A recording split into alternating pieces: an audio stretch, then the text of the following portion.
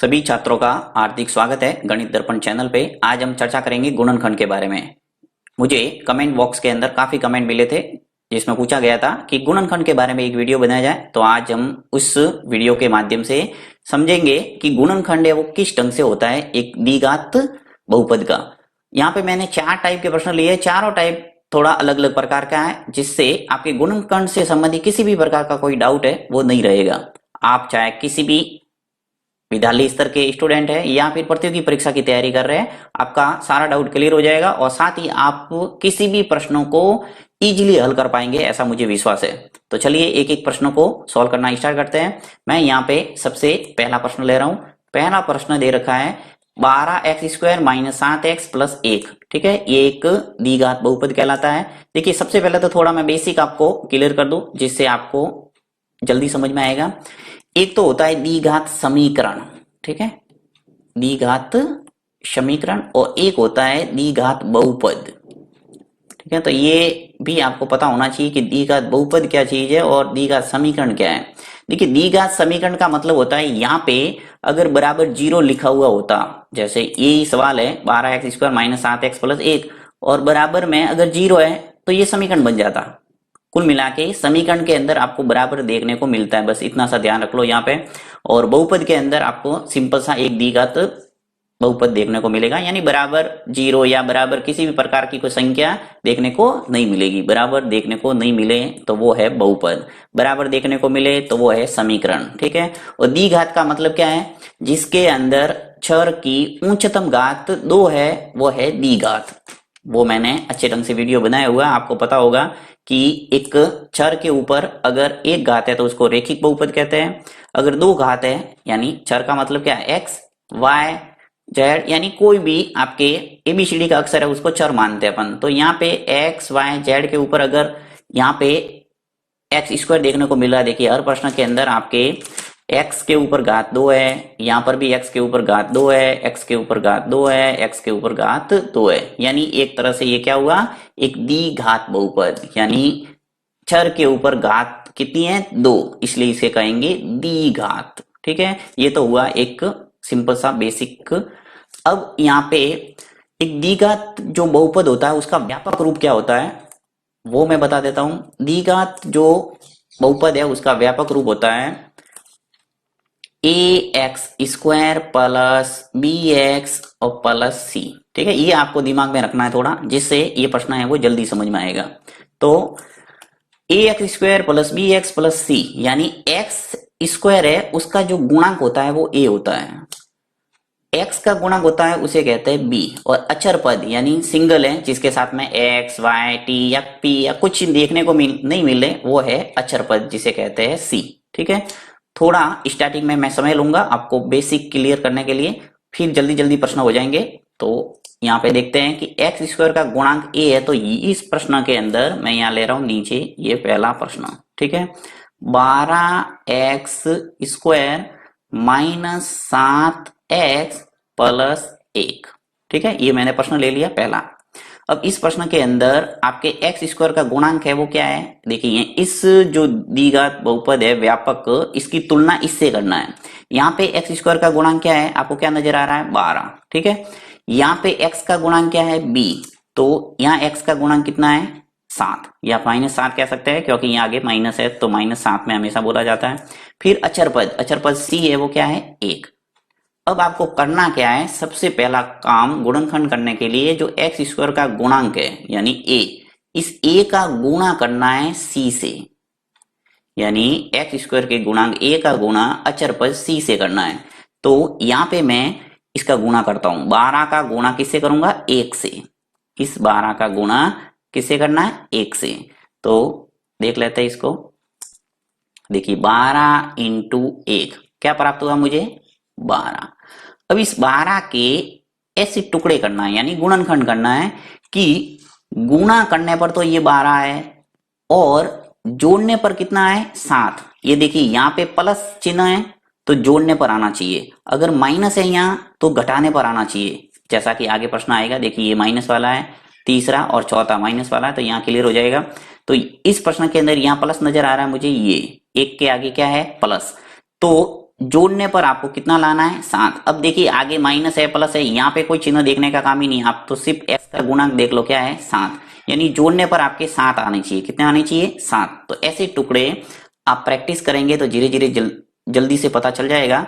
मुझे पता चल गया है 4 और 3, ठीक है, यानी 4 और 3 का गुणा करेंगे तो 12 आएगा, और 4 प्लस 3 करूंगा तो क्या आएगा 7, यानी आपको टुकड़े है वो प्राप्त हो गए, राइट, 4 और 3 के रूप में। इनको आपको रिप्लेस करना है इस 7x की जगह, ठीक है। तो जैसे टुकड़े प्राप्त हो गए यानी आपका 80% काम हो गया है। देखिए यहाँ पे अब मैं इसको सॉल्व करता हूं। अब लिखने का तरीका भी थोड़ा ध्यान रखना है। देखिए यहाँ पे 12x², इसमें कोई चेंज नहीं करना है। ये जो 12x² पहला इसमें कोई चेंज नहीं करना, और ये जो +1 है इसमें भी कोई चेंज नहीं करना। ये ऐसा का ऐसा लिखना है, इसमें ज्यादा दिमाग लगाना ही नहीं। -7x है, इसकी जगह आपको ये रिप्लेस करना है 4 और 3, ठीक है। तो 4 और 3 को किस ढंग से लिखेंगे, देखिए यहाँ पे -7 है तो व्यवहारिक है, आपको दोनों संख्या है वो माइनस में लिखना पड़ेगा तभी तो जुड़ेगा। तो यहाँ पे देखिए -4x और -3x, -4x और -3x जुड़ेगा तो वापस आ जाएगा -7x, ठीक है। फिर +1 ऐसा का ऐसा, यानी इसके अंदर कोई दिमाग नहीं लगाना, ऐसा का ऐसा लिखा है, और 12x² ऐसा का ऐसा लिखा है। सिर्फ यहाँ पे जो -7x है इसको लिखने का तरीका थोड़ा ध्यान रखना है। अब आगे प्लस लिखा हुआ आएगा तो वहां और क्लियर हो जाएगा सभी बातें, क्योंकि जब घटाने पर लाएंगे तो वहां एक माइनस में एक प्लस में लिखना पड़ेगा तभी घटता है, ठीक है। थोड़ा देखिए, अगर आपको प्लस माइनस में थोड़ा डाउट है तो क्लियर कर देता हूं। माइनस माइनस जैसे -2 और -3 है तो क्या आता है -5। माइनस माइनस वाली संख्या जुड़ती है, हमेशा ध्यान रखना है। फिर देखिए जैसे कि -2 है और +3 है, ठीक है, तो एक माइनस का एक प्लस का होता है तो क्या होता है घटता है, यानी 3 में से 2 घटाना पड़ेगा तो क्या आएगा 1। बड़ी संख्या के आगे ये प्लस है इसलिए प्लस का 1 आएगा। इसी प्रकार जैसे मैं ये 2 ले लूं और -3 ले लूं, यानी 2 है वो प्लस वाला ले लिया और 3 के आगे माइनस है, तो क्या होगा 2 में से 3 घटाना है, यानी कि आ जाएगा -3, क्योंकि बड़ी संख्या के आगे क्या है माइनस। और प्लस प्लस तो आपको पता ही है, जैसे 2 + 3 तो क्या होता है प्लस प्लस, तो 2 और 3 मिलके कितने होंगे 5। तो माइनस प्लस का जो खेल है वो भी आपको अच्छे ढंग से दिमाग में पता होना चाहिए, तो ये प्रश्न है वो गलत नहीं होगा। अब देखिए यहाँ पे करना क्या है, दो के जोड़ों में से आपको कॉमन लेना है। देखिए यहाँ पे 12x² -4x और -3x + 1, इन दोनों के अंदर आपको कॉमन ढूंढना है। सबसे पहले इसके अंदर देखो 12x² -4x, इनके अंदर कॉमन क्या नजर आ रहा है आपको, एक तो मुझे x नजर आ रहा है दोनों में, ठीक है, ले लो x बार।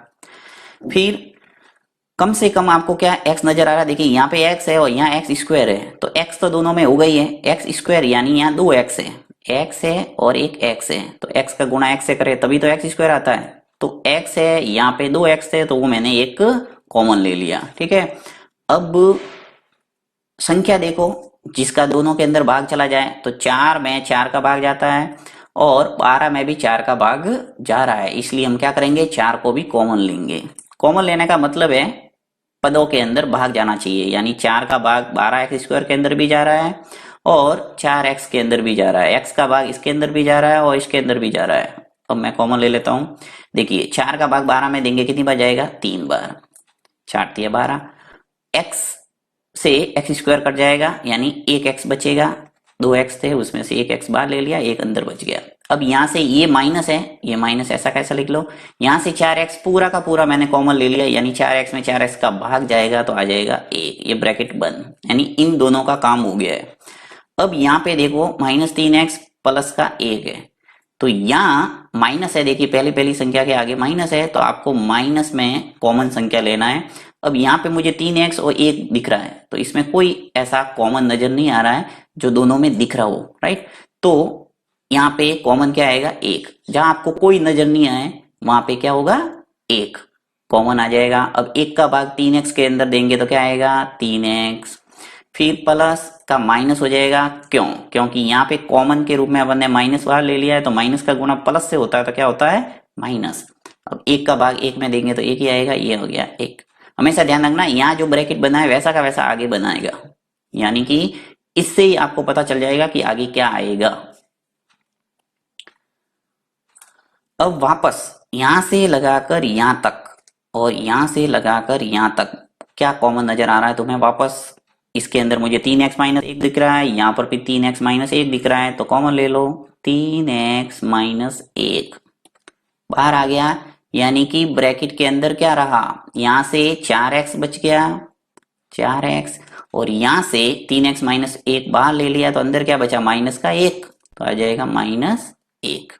ठीक है, तो इस ढंग से इसके गुणनखंड हो गए। इस ढंग से मैं थोड़ा वापस इसको व्यवस्थित ऐसे ब्रैकेट के रूप में लिख लेता हूं, 3x-1 और 4x-1, ये आ गए गुणनखंड। ठीक है, अब देखिए ये सिर्फ गुणनखंड ज्ञात कीजिए, यहाँ पे गुणनखंड ही बोला है, तो 3x-1 और 4x-1 इसका उत्तर होगा। अगर इसको हल करने का बोला होता तो x का मान निकालते अपन, 3x-1 को 0 के बराबर, यानी वो समीकरण की बात होती है, परंतु यहाँ हम सिर्फ गुणनखंड के बारे में चर्चा करेंगे। नेक्स्ट प्रश्न लेता हूं मैं। नेक्स्ट प्रश्न के अंदर जो भी आपके थोड़ा बहुत इस प्रश्न के अंदर डाउट होगा वो क्लियर हो जाएगा। देखिए सेकंड प्रश्न क्या दे रखा है अपने पास, 2x² प्लस 7x प्लस 3। ठीक है, ये मैंने दूसरा प्रश्न ले लिया है, 2x² प्लस 7x प्लस 3। तो सबसे पहला काम क्या है, आपने व्यापक जो द्विघात बहुपद है उसको याद कर लिया है, ax² bx प्लस c। पहला काम क्या करना है, a का गुणा c से करना है, यानी कि यहाँ पे x² का गुणा क्या है 2, इस 2 को पकड़ के सीधा गुणा कर देंगे 3 के साथ, तो 2 इंटू 3 कितने हो गए, 6।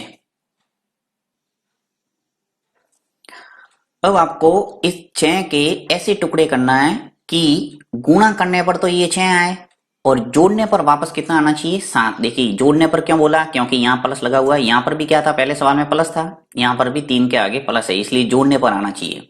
तो बीच में आपके x का गुणांक 7 है, इसलिए जोड़ने पर कितना आना चाहिए, 7। तो ऐसे टुकड़े आपको ढूंढना पड़ेगा और वो टुकड़े है 6 और 1। 6 का गुणा 1 से करेंगे तो आएगा 6, और 6 और 1 जोड़ूंगा तो आ जाएगा 7। ठीक है, अब ये टुकड़े प्राप्त करने की प्रैक्टिस आपको करना ही पड़ेगा, धीरे धीरे अपने आप जैसे जैसे सवालों को आप मिलाएंगे आपके प्रैक्टिस होगी और जल्दी जल्दी आपको टुकड़े वो याद आएंगे। इसमें पर्टिकुलर फिक्स है सवाल, लगभग इसी टाइप के प्रश्न आते हैं, तो आप कोई विशेष कठिनाई वाली बात नहीं है टुकड़े प्राप्त करना। अब देखिए यहाँ पे आगे क्या प्रोसेस होगा, 2x² प्लस 7x प्लस 3 में आपको क्या करना है, ये जो पहला है 2x² और 3 इसको तो एज इट इज रखेंगे, ये जो 7x है इसकी जगह रिप्लेस करना है किसको, 6 और 1 को। ठीक है, तो इसको मैं थोड़ा हटा देता हूं वापस,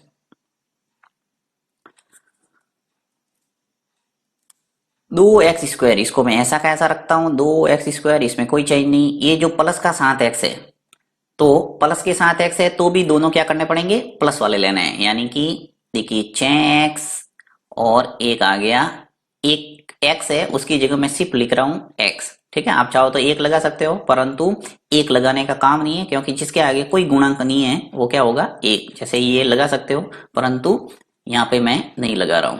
ठीक है, तो 6x प्लस x प्लस 3, मैंने क्या किया, जो 7x था उसकी जगह मैंने 6x और x रखा। वापस इस स्टेप के बाद में इस स्टेप को देखना है कि ये पहली प्राप्त हो रही है या नहीं। देखिए 2x² ऐसा कैसा है, ये 3 ऐसा कैसा है, ये 6x है और x है, इसको मैं अगर जोड़ू तो वापस आ जाएगा मेरे पास 7x, यानी सवाल का रूप है वो बन रहा है। राइट, इसका मतलब अपने टुकड़े बनाए वो सही है। वहां पे देखिए -7x थे तो मैंने माइनस माइनस के रूप में दोनों लिखे थे, इसलिए जुड़ गया। यहाँ पर मैंने प्लस है तो प्लस प्लस के रूप में दोनों लिखे, इसलिए जुड़ गए। यानी प्लस प्लस जुड़ता है और माइनस माइनस जुड़ता है, और एक प्लस है एक माइनस है तो घटता है, बस इतना ध्यान रखना है। अब देखिए 2x² और 6x, एक बात और क्लियर कर दूं, कोई बोले कि मैं x को पहले लिखता हूं और 6x को बाद में लिखता हूं तो क्या फर्क पड़ेगा, कोई फर्क नहीं पड़ेगा। ठीक है, आप चाहे तो x को पहले लिखो या 6x को पहले लिखो, इससे कोई फर्क नहीं पड़ेगा, सवाल आपके उत्तर है वो सेम आएगा। ठीक है, अब देखो 2x² और 6x, इस दोनों के अंदर और इन दोनों के अंदर आपको कॉमन देखना है। तो एक तो देखिए 2 है ऐसी संख्या जो कि दोनों को विभाजित करेगी, यानी 2 का 2 के अंदर भाग जाएगा, साथ ही 6 के अंदर भी 2 का भाग पूरा पूरा जाता है, इसलिए मैं 2 को क्या करता हूं, कॉमन करता हूं। साथ ही x² और x में से एक x कॉमन आ जाएगा, ये काम हो गया कॉमन का। अब अंदर क्या बचा वो देखना है। अंदर का अर्थ है 2 का भाग 2 में देंगे तो क्या बचेगा 1, और एक्स स्क्वायर के अंदर एक्स स्क्वायर का भाग देंगे, एक्स स्क्वायर के अंदर एक्स का भाग देंगे तो क्या बचेगा x, ये आ गया अंदर। फिर यहाँ प्लस है तो प्लस लिख लो, माइनस है तो माइनस लिखते हैं। अब प्लस ऐसा का ऐसा, यहाँ से देखिए x तो पूरा बाहर आ गया, यानी 2 का भाग 6 के अंदर देंगे तो क्या आ जाएगा 3। तो यहाँ पे इन दोनों पदों का काम हो गया। अब इनकी बारी, x और 3 इन दोनों के अंदर आपको क्या कॉमन नजर आ रहा है, कुछ कॉमन नहीं है, इसका मतलब क्या कॉमन लेना है 1। तो यहाँ पे अब देखिए यहाँ प्लस है तो प्लस लिखना है, अगर x के आगे माइनस होता था मैं माइनस, जैसा कि पहले प्रश्न में किया था, तो यहाँ पे कॉमन लेना है 1। अंदर क्या बचा देखिए, एक का भाग x के अंदर देंगे तो x ही आएगा, फिर प्लस ऐसा का ऐसा, 1 का भाग देंगे 3 में तो ये आ जाएगा 3। पहले प्रश्न के अंदर यहाँ मैंने क्या लिया था माइनस कॉमन, और अंदर भी आगे भी क्या था प्लस, तो माइनस का गुणा जब प्लस से हुआ तो माइनस हो गया था यहाँ, ठीक है। परंतु यहाँ पे प्लस है, इसलिए प्लस का गुणा जब प्लस से होता है तो प्लस ही आता है, इसलिए टेंशन लेने का काम नहीं, वो का वो आएगा। अब देखो यहाँ से x प्लस 3 और x प्लस 3 दोनों में कॉमन नजर आ रहा है, वापस यहाँ से लगाकर यहाँ तक और यहाँ, इन दोनों पदों के अंदर आपको देखना है समान, तो x प्लस 3 है वो समान नजर आ रहा है मुझे।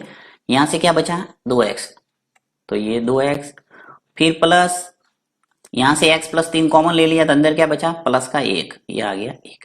तो इस ढंग से आपके उत्तर क्या आ गया, x प्लस 3 और 2x प्लस 1, ये आ गए इस बहुपद के गुणनखंड। नेक्स्ट करते हैं तीसरा। तीसरा है 6x square plus 5x minus 6, 6x square plus 5x minus के 6, ठीक है। वापस वही सबसे पहला काम क्या करेंगे, अब देखिए व्यापक द्विघात बहुपद लिखने का काम नहीं, आपका समझ में आ गया होगा। एक्स स्क्वायर का गुणा क्या है 6, इस 6 का गुणा किसे करूंगा मैं, इस अचर पद से, यानी 6 का गुणा 6 से कर दो, 6 मल्टीप्लीकेशन 6 यानी कि 36, राइट। 6 इंटू 6 कितने हो गए 36। अब 36 के ऐसे टुकड़े करना है कि गुणा करने पर तो आपके क्या है 36 और घटाने पर आना चाहिए 5। अब देखो मैंने घटाने पर क्या बोला है, क्योंकि यहाँ माइनस है, ठीक है, ये माइनस है इसलिए आपको घटाने पर प्राप्त करना है, यानी कि बड़ी संख्या में से छोटी संख्या घटाए तो आपके कितना आना चाहिए 5, यानी x का गुणक यहाँ 5 है तो 5 प्राप्त होना चाहिए, और साथ ही घटाने पर आना चाहिए क्योंकि यहाँ माइनस है, ठीक है। यही इसके गुणनखंड के अंदर जो मुख्य बात है वो यही है। तो अब देखो मैं ऐसे टुकड़े आपको बताता हूँ, 9 और 4, 9 का गुणा करूंगा यदि मैं 4 से तो 9 चौके कितना होता है 36, और 9 में से यदि मैं 4 को घटा दूंगा तो मुझे प्राप्त हो जाएगा 5, यानी टुकड़े मुझे मिल गए 9 और 4 के रूप में, राइट। तो अब यहाँ पे रिप्लेस करना है 5x की जगह, ठीक है। तो यहाँ मैं जल्दी से रिप्लेस कर लेता हूँ और गुणनखंड प्राप्त करते हैं इसका। 6x स्क्वायर ऐसा का ऐसा, इसमें कोई चेंज नहीं, ये जो माइनस 6 है इसमें भी कोई चेंज नहीं करेगा। यहाँ पे जो 5x है उसकी जगह आपको क्या लिखना है 9 और 4। अब यहाँ पे ध्यान देने वाली बात है कि एक माइनस में लिखना पड़ेगा एक प्लस में, राइट, क्योंकि जब एक प्लस और एक माइनस के रूप में लिखेंगे दोनों टुकड़े तभी वो घटेगा, और घटने पर आपको प्राप्त करना है कितने प्लस के 5x, यानी क्या करना है कि बड़ी संख्या है उसके आगे प्लस लिखना है, यानी कि बड़ी संख्या 9 है तो 9 के आगे प्लस लिख लो, और छोटी संख्या क्या है 4 है तो इसके आगे लिख लो माइनस का 4x, ठीक है। और माइनस 6 ऐसे के ऐसे, इसमें कोई चेंज नहीं करना, ये माइनस वाला साथ में माइनस 6 आएगा ऐसा का ऐसा। अब देखो वापस इस स्टेप से ये आ रहा है कि नहीं आ रहा है देखता हूं मैं। 6x स्क्वायर ऐसा का ऐसा है, 9x माइनस 4x, 9x में से 4x घटेगा तो आ जाएगा प्लस के 5x आ रहा है, और माइनस 6 ऐसा का ऐसा, ओके। अब वापस वही काम, दो दो पदों में से कॉमन, 6x स्क्वायर और 9x इन दोनों में कौन सी संख्या है जिसका भाग जा रहा है वो देखना है। तो x का भाग दोनों के अंदर जाएगा, ठीक है, 3 का भाग दोनों के अंदर जाएगा, 3 का भाग 6 में भी जाता है और 9 में भी जाता है, तो 3 ले लो बाहर, 3 का भाग 6 में गया तो कितना बचा 2 बार गया भाग, और x का भाग x स्क्वायर के अंदर गया तो क्या बचा x, ठीक है। पहले का काम हो गया, फिर प्लस है तो प्लस लिख लो, 3 का भाग 9 में 2 कितनी बार जाएगा 3 तिया 9 यानी 3 बार, और x के अंदर x का भाग देंगे तो 1 ही आएगा, यानी कि यहाँ बचेगा 3, तो ब्रैकेट बंद, इसका काम हो गया। अब देखिए यहाँ माइनस है यहाँ माइनस है तो आपको व्यवहारिक है यहाँ माइनस कॉमन लेना ही पड़ेगा। इस पद के आगे जो भी चिन्ह है वो यहाँ लिखा जाता है, बस इतना ध्यान रखना। तो यहाँ माइनस आ गया। अब मैं यहाँ पे देखता हूँ कि दोनों में किसका भाग जा रहा है। देखिए 2 का भाग दोनों में जाएगा, 4 में भी 2 का भाग जाता है और 6 में भी 2 का भाग जा रहा है। तो ये 2 आ गया। x तो इसके अंदर ही है, यहाँ नहीं है, इसलिए x कॉमन आएगा नहीं, तो 2 आ गया बाहर। अब 2 का भाग 4 में देंगे कितनी बार जाएगा, 2 बार। x ऐसा का ऐसा रह जाएगा। यहां से माइनस का हो जाएगा प्लस, क्योंकि ये बाहर मैंने माइनस कॉमन लिया है, तो माइनस का गुणा माइनस से होता था क्या होता है, प्लस, जैसा कि पहले प्रश्न में किया था। 2 का भाग देंगे 6 में कितनी बार जाएगा, 3 बार। देखिए ये ब्रैकेट और ये ब्रैकेट हमेशा समान बनते हैं, आपने देखा होगा 2 प्रश्नों में, और तीसरे प्रश्न के अंदर भी समान नजर आ गया।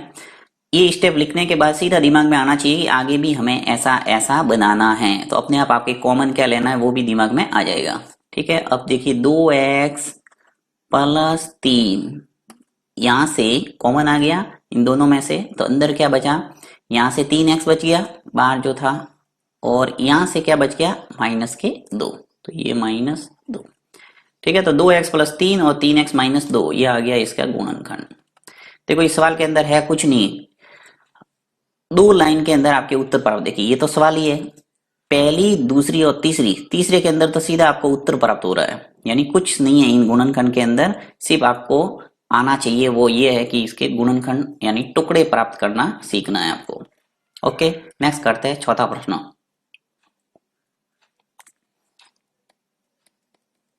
चौथा है 3x square minus x minus 4, अंतिम प्रश्न है। देखिए अब इसके अंदर भी आपको वही काम करना है। सबसे पहला काम एक्स स्क्वायर का गुणांक, एक्स स्क्वायर का गुणांक क्या है, 3, अचर पद क्या है, 4, यानी 3 का गुणा करना है 4 से। तो कर लेता हूं मैं, 3 इंटू 4 कितने हुए, 12।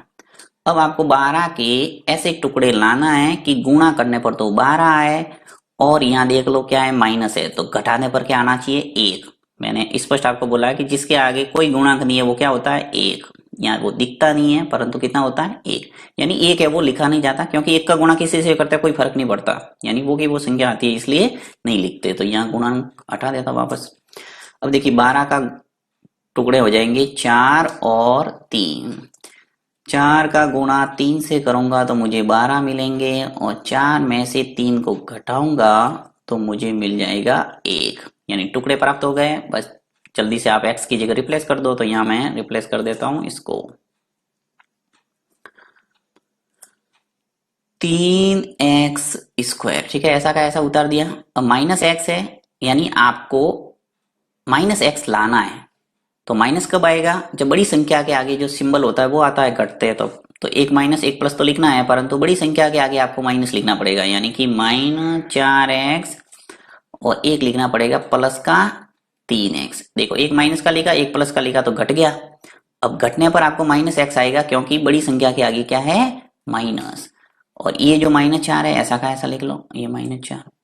अब वापस वही काम, दोनों में कॉमन, तो दोनों पदों के अंदर क्या कॉमन नजर आ रहा है और इसके अंदर क्या कॉमन आ रहा है, तो यहाँ पे 3x स्क्वायर माइनस 4x के अंदर क्या कॉमन नजर आ रहा है तुम्हें, x है वो कॉमन नजर आ रहा है, तो x है वो कॉमन आ जाएगा, यानी x को बाहर ले लिया। संख्या ऐसी कोई नहीं है जो दोनों को पूरा पूरा विभाजित करे, यानी 3 के अंदर और 4 के अंदर कोई कॉमन संख्या नहीं है जो दोनों में भाग जाता हो दोनों के अंदर, तो x ही कॉमन आएगा। यहाँ पे अंदर जो रहेगा वो हम लिख लेते हैं। देखिए यहाँ पे 3 बच गया, 3 ऐसा कैसा लिख लो, एक्स स्क्वायर में से यानी 2x है उसमें से 1 x पकड़ के बाहर लिया, तो अंदर क्या बचा, x, फिर ये माइनस ऐसा का ऐसा, यहाँ पे मैंने 4x में से x को बाहर लिया है, तो अंदर क्या बचा, 4। यहाँ पे भी वापस वो का वो काम करना, 3x माइनस 4 में क्या कॉमन आ रहा है, कोई कॉमन नहीं है, यहाँ x भी कॉमन नजर नहीं आ रहा है, इसलिए आपको क्या कॉमन लेना पड़ेगा, 1, तो प्लस का 1। यहाँ बच गया 3x ऐसा का ऐसा, क्योंकि 1 का भाग देंगे 3x के अंदर ऐसा का ऐसा रहेगा, और ये माइनस है तो माइनस ही आएगा, क्योंकि यहाँ प्लस है, तो प्लस का गुणा माइनस से करते हैं तो माइनस ही आता है, इसलिए माइनस लिखना पड़ेगा, और ये 4 ऐसा का ऐसा। अब देखो 3x माइनस 4 और 3x माइनस 4 वापस दोनों में कॉमन आ रहा है, तो 3x माइनस 4, और अंदर क्या बचा, ये जो x है वो रह जाएगा, फिर प्लस 1, यहां से रह गया 1, यानी गुणनखंड आ गए आपके पास 3x माइनस 4 और x प्लस 1। तो मैंने पूरा प्रयास किया है इसके अंदर सारी बात क्लियर करने का, फिर भी किसी प्रकार का कोई आपके डाउट रहा है तो आप कमेंट बॉक्स में लिख सकते हैं। अलग अलग टाइप के और मैं 4 प्रश्न लेके आपको सारा डाउट क्लियर करने का प्रयास करूंगा। इस वीडियो को लाइक जरूर करना है और अधिक से अधिक अपने फ्रेंड सर्कल के अंदर इसको शेयर करना है, ताकि अधिक से अधिक छात्रों को इसका लाभ प्राप्त हो सके और कंपटीशन एग्जाम जो देने जा रहे हैं उनको उनका फायदा मिल सके। थैंक्स।